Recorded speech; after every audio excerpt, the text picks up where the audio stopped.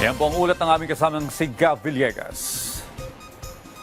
Hindi naman magdadalawang isip si Pangulong Ferdinand R. Marcos Jr. na sibakin ang mga opisyal ng gobyernong sangkot sa anumang irregularidad at anomalya.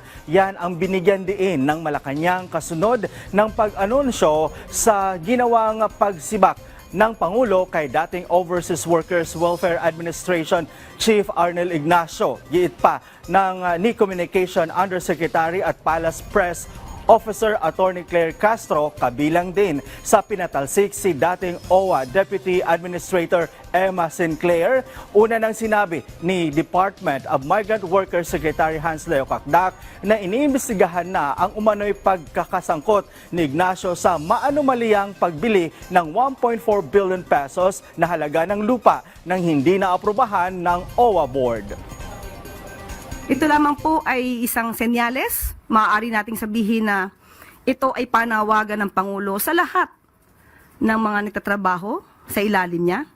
Nagampanan ninyo ang inyong trabaho. Huwag tanggalin ang pangluloko o lokohan sa inyong pagtatrabaho dahil hindi po mangingimang Pangulong tanggalin kayo sa pwesto. You will all be fired kapag hindi nyo tinupad ang inyong mga obligasyon sa bayan.